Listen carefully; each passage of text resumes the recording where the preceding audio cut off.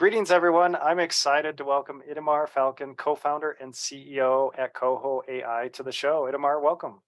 Thank you. Thank you for having me. Great to have you here. Let's dive right in and tell us a little bit about your background.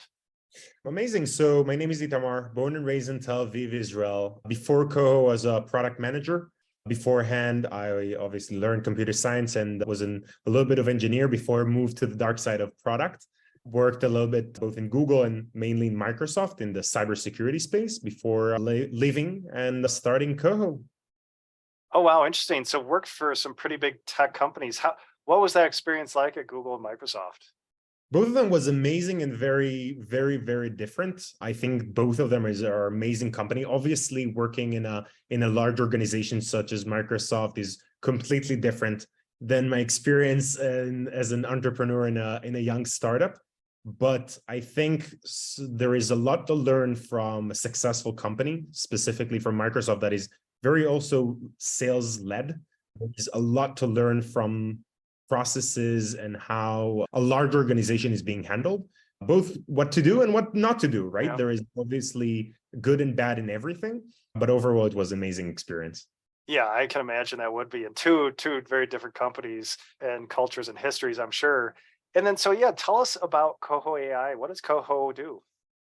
Amazing. So basically, Coho is a platform that helps SaaS companies really maximize the potential from existing users and customers. We actually look at all users as potential customers or existing customers. And I think this shift is being very predominant in these days with PLG efforts as well. But basically what we're doing is we're really helping go-to-market teams such as sales, CS, really the revenue organization, to maximize the potential of what they need to do on every single user and account in order to maximize their experience and obviously generate more revenue to the organization. That's great. So can you tell us a little bit of a use case so we can kind of visualize how the application is helping? Like what data are you looking into, or maybe systems that you're integrating into? Sure. So I think SaaS companies in general are in a very unique position where they can actually measure how their users are interacting with the product. And this is a tremendous amount of information that is super useful for sales, customer success, and in general, go-to-market teams to really leverage in order to understand what they need to do in order to tackle that potential.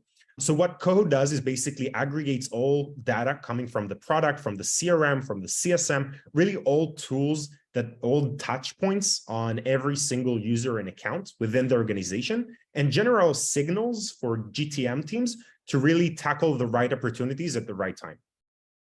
Interesting.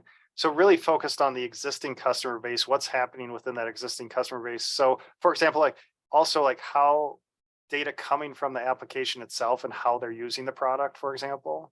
Exactly. So if you think about models of try before you buy, which is, I think, very, very predominant, very, very popular these days, or land and expand motion, where you start really small with initial pricing model and you're trying to progress as time goes by, those value points are very critical in order to understand how you're expanding the experience of an account.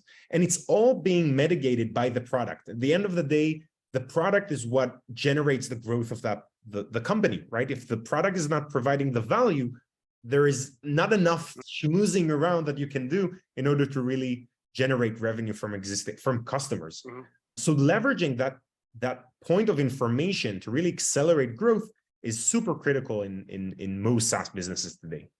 Interesting. And when I read your press release for your most recent fundraise, and I thought it was very specific. It said you help companies who have found product market fit. And I don't remember, if you remember the kind of that part in that press release, but I thought that was very specific. So really you're targeting once they found that the product is working and they're now scaling the customer base, scaling the org, that's when you fit into their scaling journey then?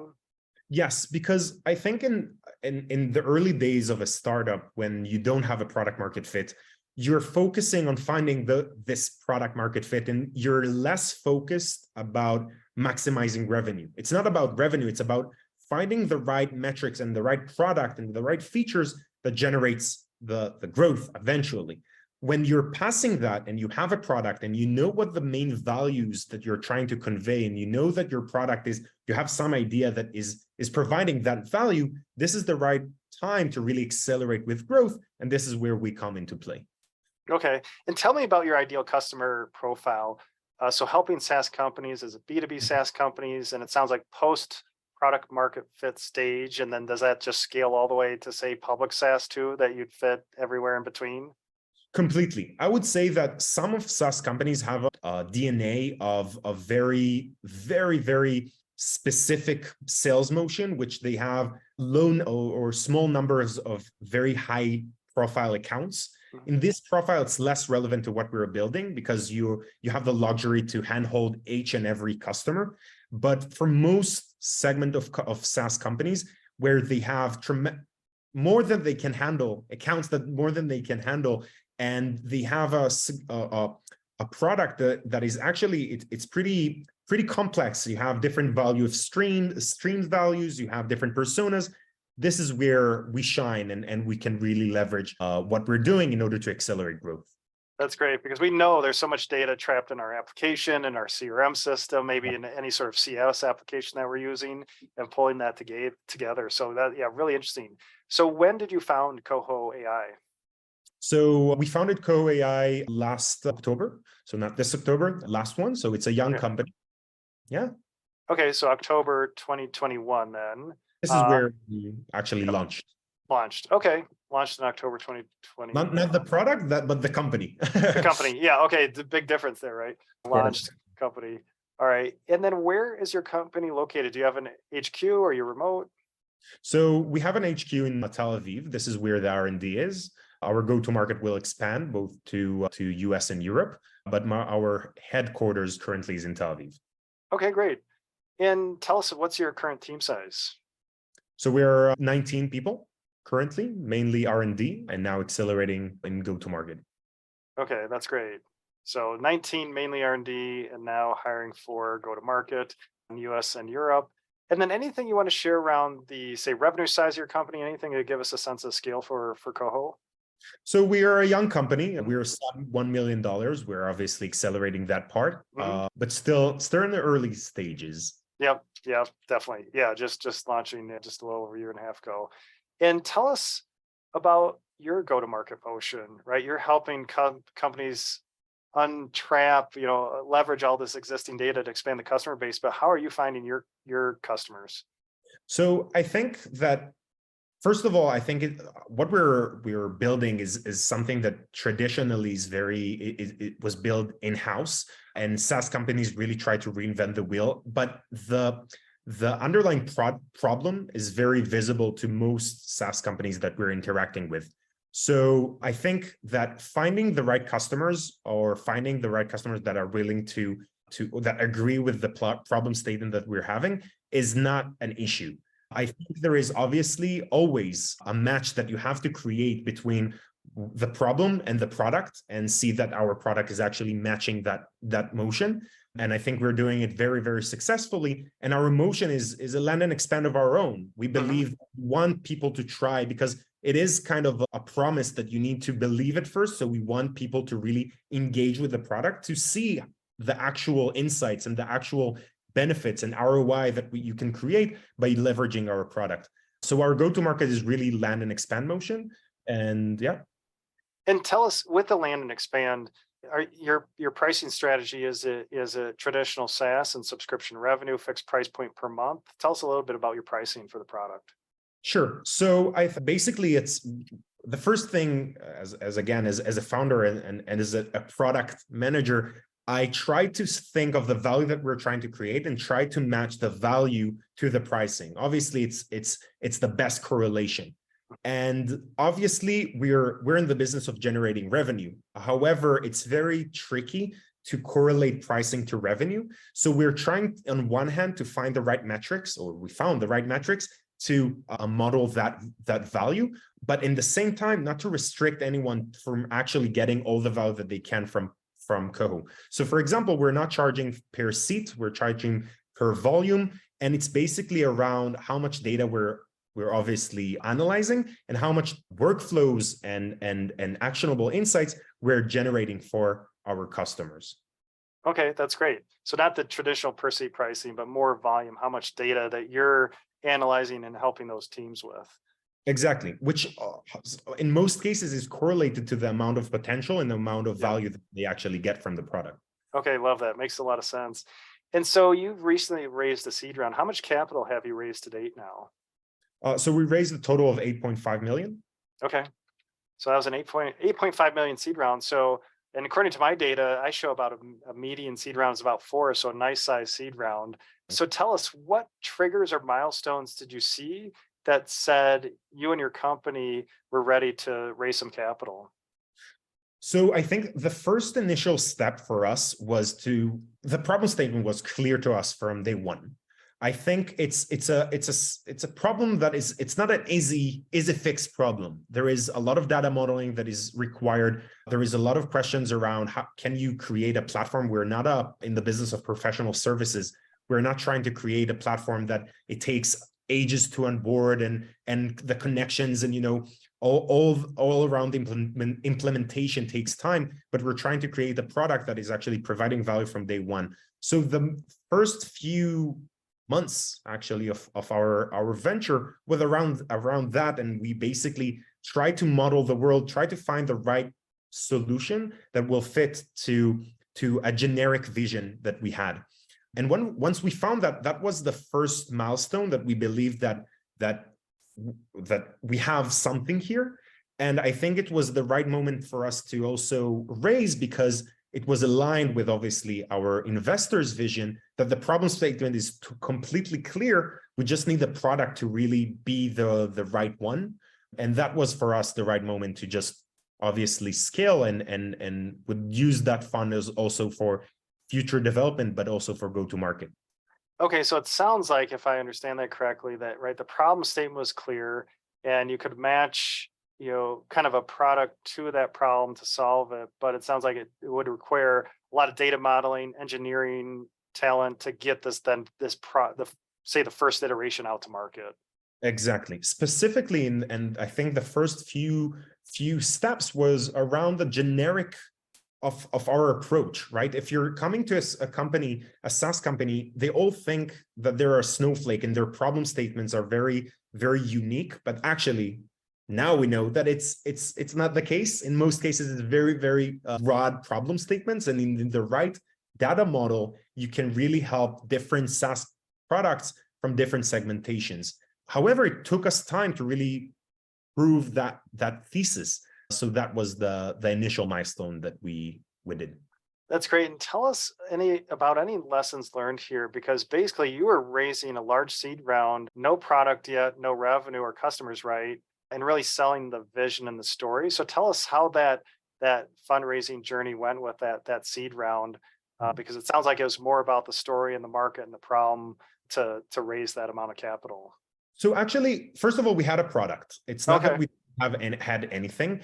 We had a lot of design partners, and I think in the current state that the market of ours is in, is that since the problem statement was completely clear to our investor and to the market in general, the question wasn't, can we monetize it or can it be a big company? The question was a simple question around, are we the right team, for example, or can we solve the problem? And once we got significant amount of evidence from design partners, from really concrete reviews about what we're building and the way that we're thinking about the problem and the product itself, I think it was a great evidence for our investors to really give us the trust to move forward. And then in that process, did you do a lot of discovery calls with SaaS companies, prospects, try to Currently, completely. Completely. I'm sorry. It was, first of all, it never ends. I think until today, every new customer is, for me, also an opportunity to learn about the market, about the problem statement. It's constantly changing, right? Things are moving constantly. But these calls, it's part of the DNA of any entrepreneur, right? And it's so crucial. Sitting in your own room thinking about the next revolution is not gonna not going to solve anything, and the product that you will create is sorry for the bluntness, would be garbage. You have to go there and ask and show the product and work with meaningful design partners to really solve the problem. That's great. Yeah, great lessons learned there. So you've raised some capital, problem statement is clear. You've developed the product, now investing in go-to-market. So what's coming up in 2023 that's exciting for the company? What's that next stage for Coho? So first of all, I think there is so much to do in the product. Obviously, we have a product that we're super proud of. But again, the problem statement that we're trying to face is so broad. And we're talking about, we didn't really go into details, but if you look at the customer lifecycle, it touches so many touch points within the organization, from the customer success to marketing to product to go to market. And each one of them has different outlook about the problem, but they're crucial in order to advance customer in the right direction. So in order to really solve that problem, the SaaS problem, you have to tackle each one of them in kind of an individually. So this is the focus that we're doing in 2023 from the product side, how to not only focus on specific use cases, but really to broaden more and more different use cases for different silos within the SaaS organization. And obviously, again, we're a startup. We have to show concrete evidence for growth. So a lot of what we'll do is around marketing and market education to really push users and potential customers to really understand that there is a solution out there for that problem, and they don't need to solve it in-house with their internal tools. That's what you would probably see in 2023. And interesting, I want to touch upon this because you're, like you said, you're touching so many different departments, personas within a SaaS company. So when you reach out to a prospect, who are you trying to reach first? Is it the product team? Is it CS? Is it an executive? What role are you? Very focused around the revenue organization. Okay. Head of customer success, head of sales. This is where we're focusing. However, if we're looking at the problem in a more broader space, in order to solve their problems, we have to take into account product and we have to take into account marketing. And it's, again, if you want to solve a problem, you can't only look at your objective. You have to look at it a little bit more broad in order to solve the actual problem. And one of the problems is this different silos that there is in the organization and different touch points of an account. So you have to tackle that.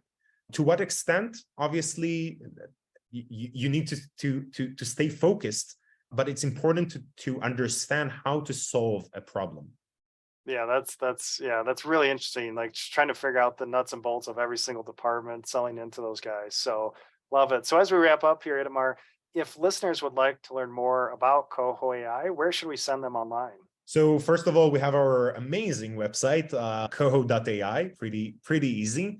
And I think you will find there both a lot of information, obviously, about the company, but we're trying to also leverage our learnings from existing customers that we have in order to really educate the market around what we've seen that works, what doesn't work.